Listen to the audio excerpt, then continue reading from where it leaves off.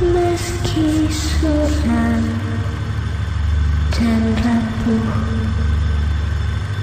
apa kabarmu ibu di padang gelap?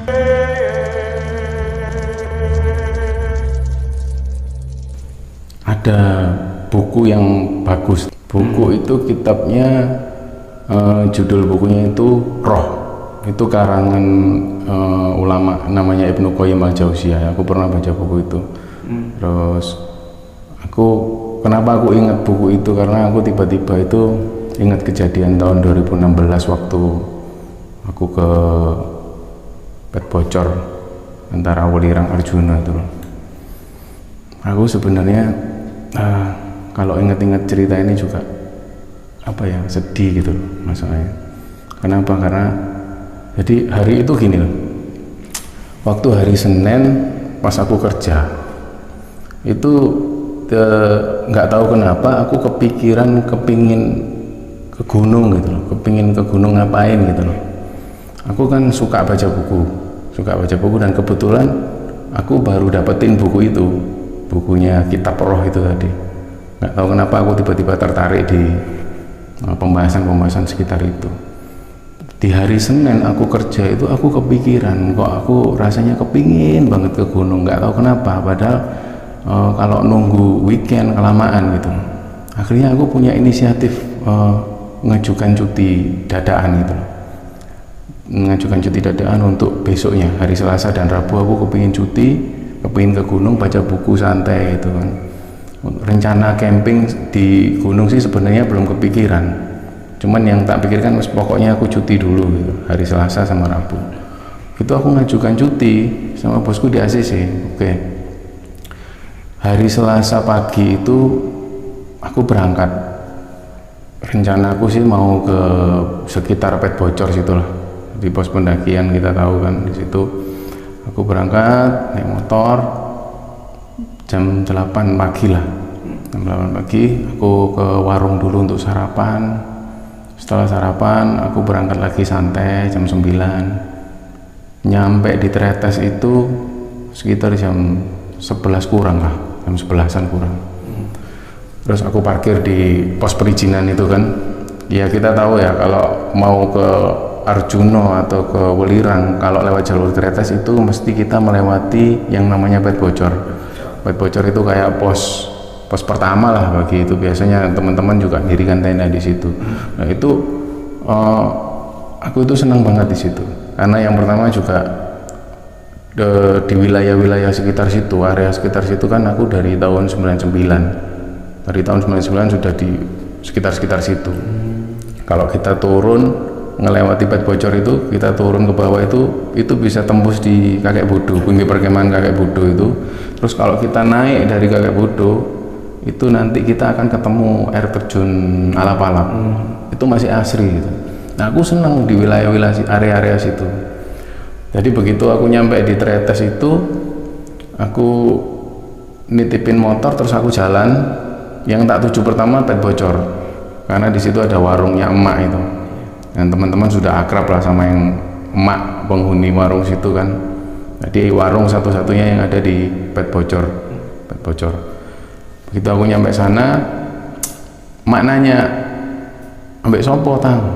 Dewean mak, aku bilang gitu kan. Loh gak ambek arek-arek? Enggak, aku iki cuti kok gitu. Terus gitu. Terus aku pesen kopi satu mak, kopi mak. Aku pesen kopi, ngopi santai gitu sambil nikmati pemandangan di daerah situ.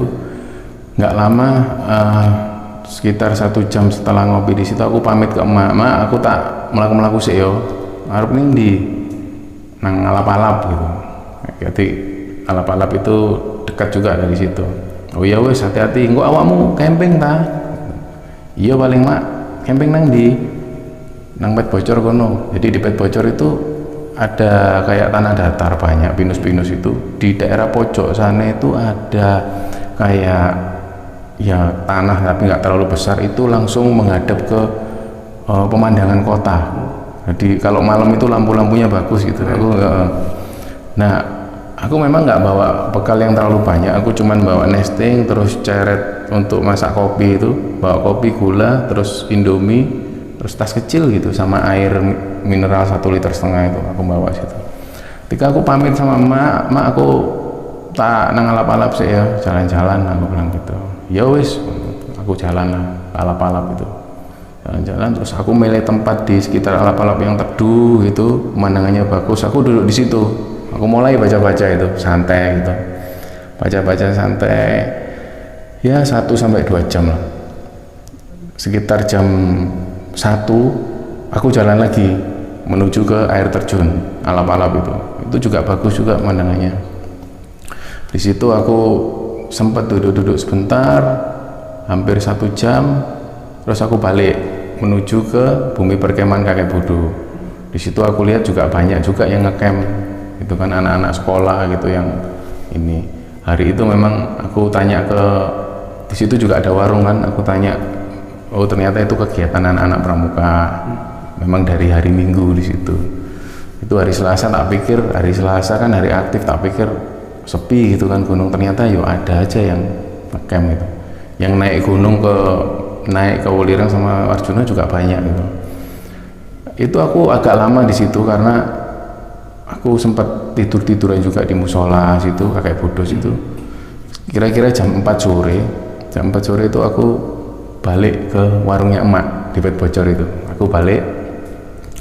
Begitu aku nyampe di Pet Bocor, emak itu bilang gini, "Tang ono sing goleki awakmu." Loh iya lah mak, sopo gitu. Nah, tak jelasin dulu bahwa di daerah situ di Pet Bocor itu warungnya emak itu sering ngumpul teman-teman pendaki. Jadi teman-temanku pendaki dari daerah-daerah itu kita sering ngumpul di situ. Jadi emak juga kenal gitu loh. Emak juga kenal. Jadi kalau misalnya ada katakan si Fulan ke situ gitu, pasti diomongi ono itang gitu. Atau pas aku ke sana mau ono iki mrene, enten ono gitu. Jadi kita ketemunya di situlah. Emak bilang gitu, ono sing goleki awakmu tang. Loh sapa mak? Aku bilang gitu. Nggak ngerti, gak kenal.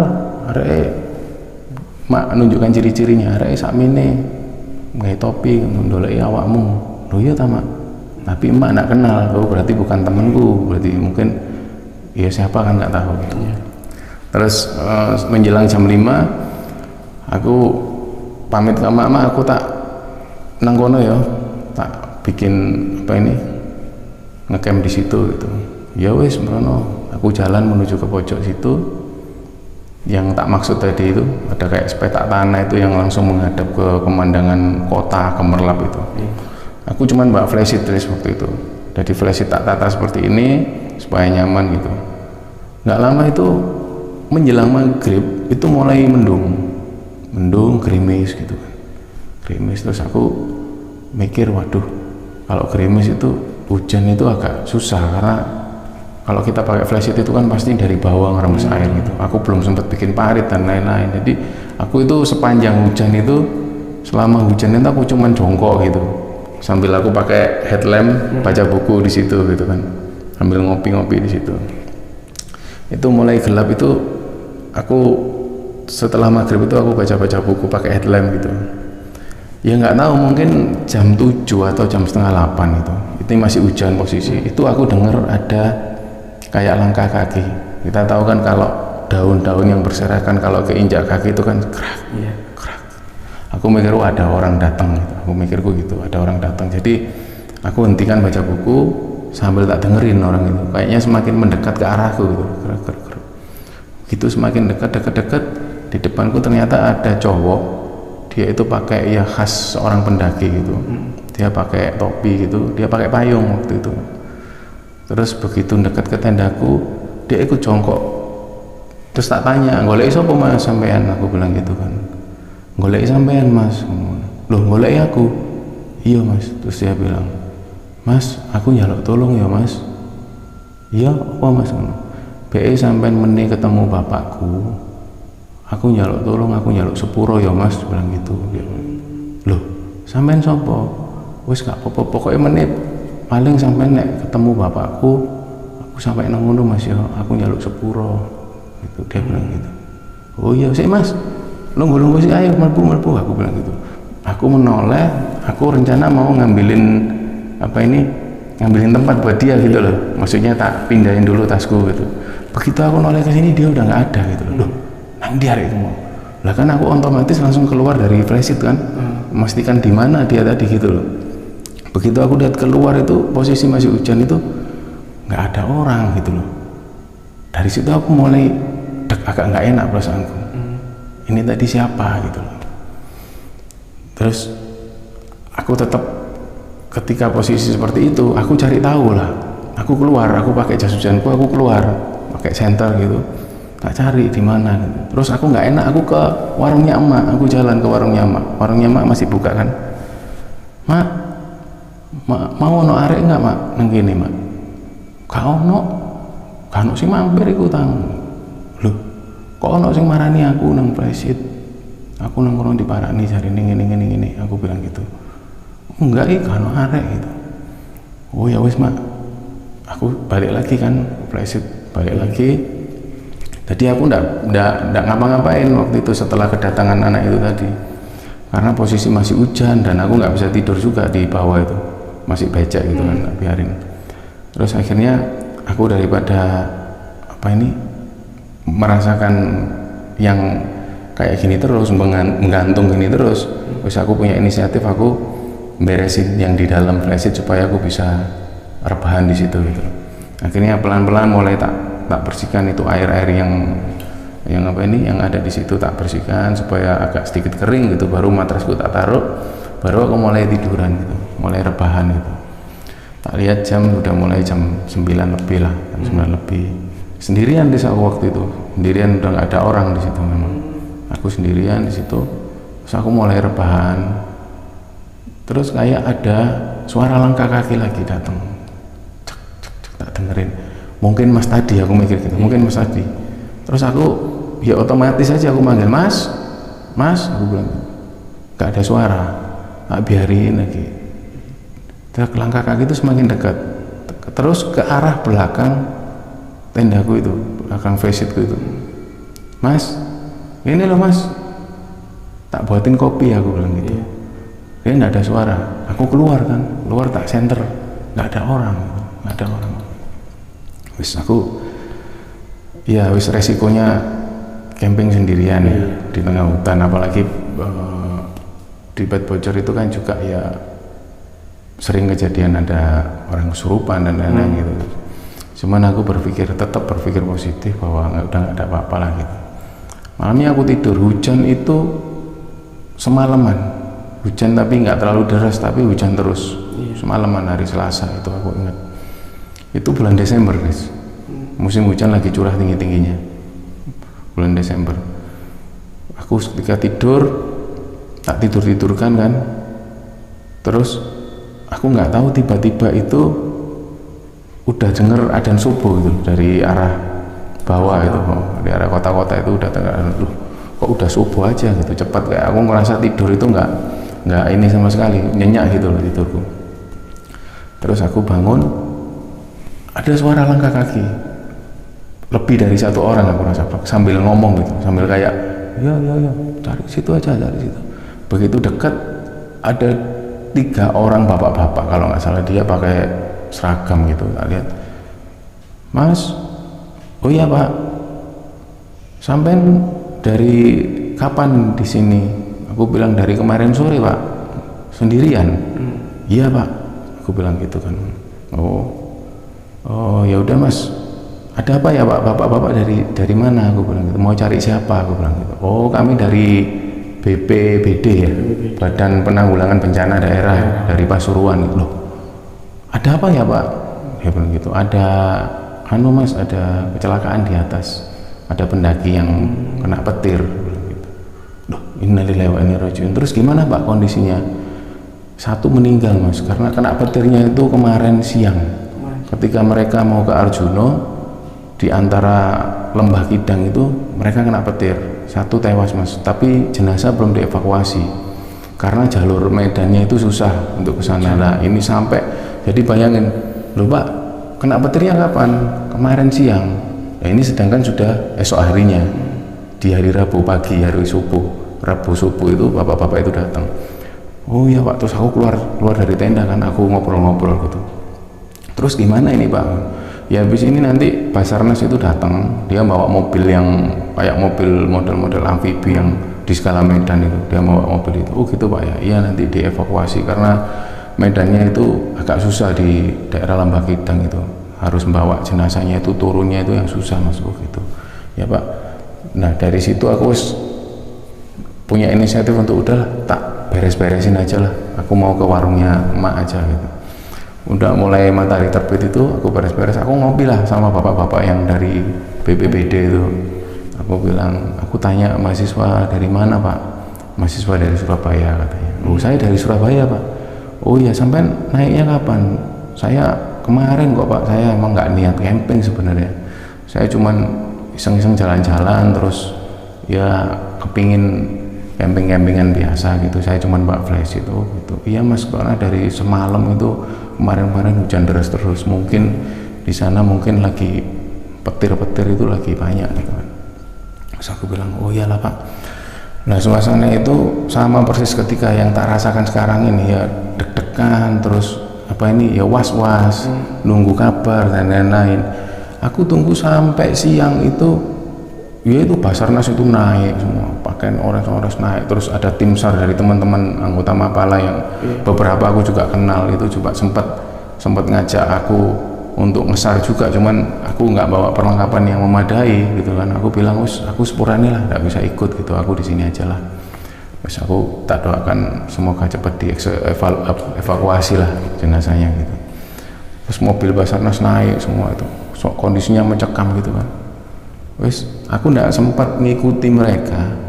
Sekitar sore jam 3 itu aku mulai turun gitu. Aku turun aja lah, atau aku juga nggak bisa bantu apa-apa gitu. Aku turun, lama sekali mereka belum datang. Begitu aku turun di pos bawah itu, di pos perizinan itu sudah rame orang, nggak tahu mungkin keluarganya, karena memang berita tewasnya dan dari kemarinnya itu, dari hari Selasa itu. Di bawah itu sudah banyak wartawan dan lain-lain. Begitu aku turun, kelihatan seperti anak naik gunung, wartawan ini langsung datang hampirin aku. Mas gimana Mas keadaannya Mas? Mas loh Pak, bukan saya enggak ikut naik gunung yang di atas. Loh Masnya dari atas kan? Enggak Pak, saya cuma camping di Bed Bocor di pos 1, saya enggak ikut naik. Oh saya kira rombongan yang ini, yang 8 orang itu yang kena petir. Bukan Pak gitu. Terus aku ambil posisi di warung gitu, di warung pos perizinan itu aku pesan kopi. Di situ suasananya ramai semua, ambulan sudah ada, terus mobil jenazah, Basarnas dan lain-lain. Nah di warung situ aku nongkrong sama ada orang-orang banyak, ada dari tim SAR juga, Basarnas juga, mungkin yang standby di situ ya. Aku tanya-tanya gitu kan, korbannya berapa dan kena apa dan lain-lain ya. Dari teman-teman Basarnas itu bilang kalau korbannya insya Allah 1 orang tewas itu kena petir gitu, yang 2 ini cuma luka-luka, jadi cuman pingsan lah kena petir itu di atas. Aku tanya di daerah mana kenanya, jadi prediksi mereka itu setelah mereka muncak dari Arjuna itu, terus mungkin kondisinya petir dan hujan, mereka memutuskan turun, terus di Lembah Kidang, daerah situ itu, daerah Lembah Kidang itu mereka kena petir gitu. Di hari itu, di hari kemarin itu ya teman-temannya yang turun ngabari bapaknya. Jadi aku lihat ada keluarga-keluarga yang nangis semua. Nah begitu aku lihat ada sosok bapak ya, bapak itu yang nangis gitu kan, tiba-tiba itu aku kepikiran anak laki-laki yang kemarin datang ke tendaku gitu. Astagfirullahaladzim, aku mikir gitu, apa mungkin ada hubungan gitu. Aku shock gitu di situ. Apa mungkin ini ada hubungan sama bapak-bapak ini gitu. Dari bapak-bapak itu ada satu bapak-bapak yang kelihatan banget kalau dia ini orang tua dari korban, karena dari penampilan beliau itu kayak sedih banget gitu, kehilangan anaknya gitu. Terus aku tanya sama teman-teman Basarnas yang ada di situ, Mas, itu bapaknya korban? Iya Mas, yang itu, yang baju itu. Oh gitu. Nah terus ada 2 orang atau 3 orang anak yang seumuran dia itu, dia bilang, Mas saya juga dari fakultas yang sama. Loh iya, kamu kenal sama korbannya? Kenal mas. Terus aku bisa ngobrol nggak sebentar gitu? Iya bisa mas. Aku ngobrol sama satu orang ini, tak tarik keluar gitu, aku ngobrol, aku cerita, aku pengen tahu ciri-cirinya temanmu yang korban ini, petir ini gimana ciri-cirinya. Dia bilang kalau ini ciri-cirinya gini-gini mas. Dari situ aku langsung neteskan air mata karena aku rasa dia ini yang diceritakan itu adalah anak ini. Seketika itu juga terus aku ambil wudhu, aku sholat gaib untuk mendoakan si anak ini yang korban itu, karena aku yakin banget yang jadi korban ini, yang kena petir itu adalah anak yang nemuin aku malam hari di tenda, yang dia bilang, mas nek meni ketemu bapakku aku titip nyaluk sepuro gitu. Aku bilang ke temennya ini, aku bilang, dia bilang gitu, dia bilang minta maaf ke bapaknya gitu. Aku minta tolong bisa nyampaikan nggak ke bapaknya, karena aku mau nyampaikan ke bapaknya nggak bisa masuk karena pihak-pihak berwajib kayak polisi itu ngelarang aku masuk gitu. Kalau bukan keluarga nggak boleh masuk mas gitu. Padahal aku kepingin menyampaikan ke bapaknya kalau malam itu ada orang yang datengin aku dan aku yakin itu anaknya mau menyampaikan sesuatu gitu. Aku nggak tahu anaknya ini mungkin masih punya tanggung jawab apa ke bapaknya gitu. Aku bilang ke temannya itu kan, dia temanmu itu bilang seperti itu ke aku.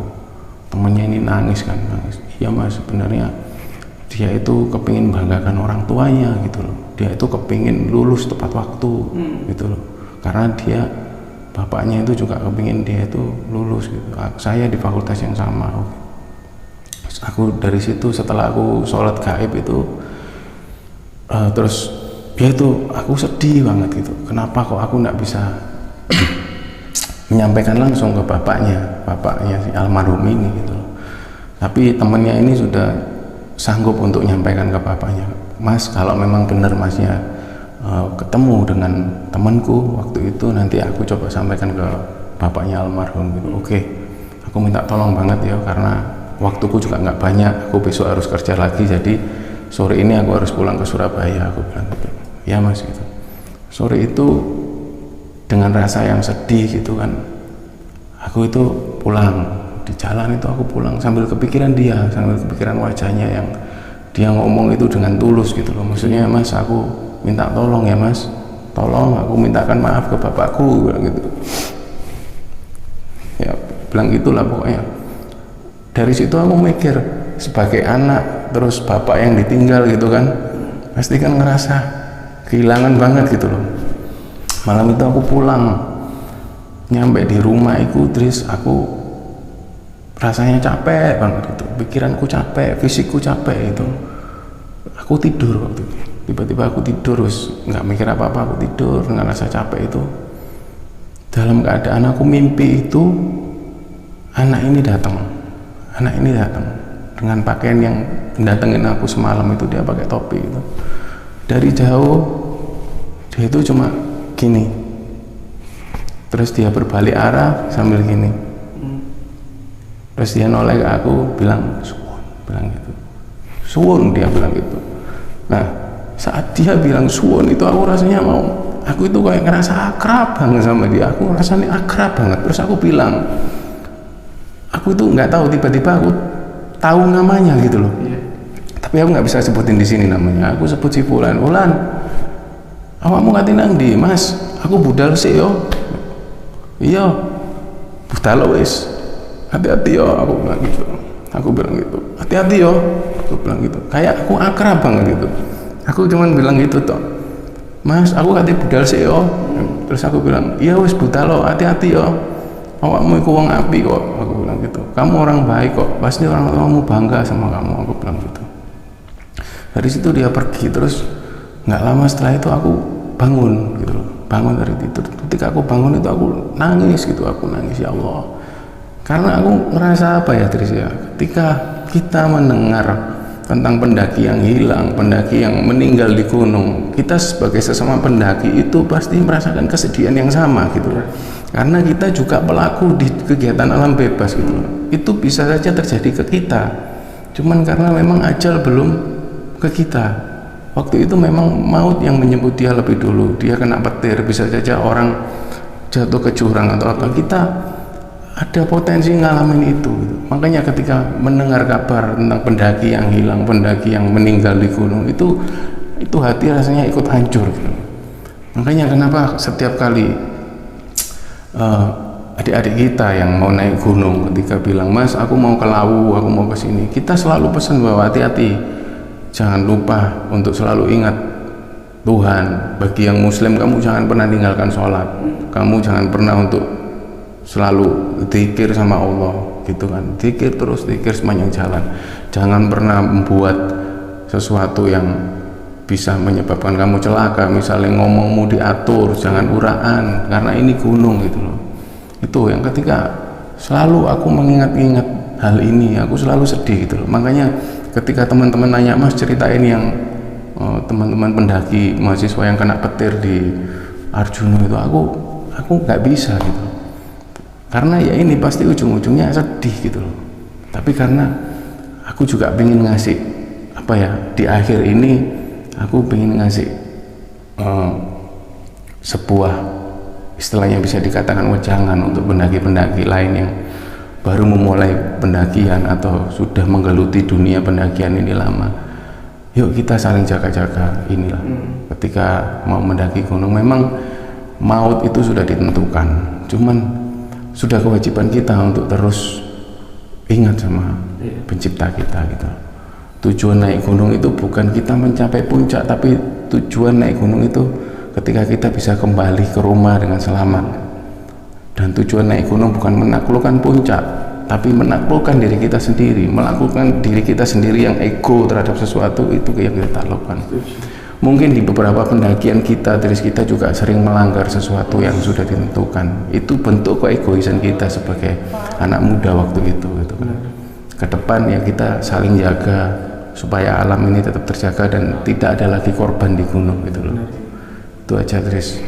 Ya semoga ini bisa jadi hikmah buat kita semua. Amin, amin.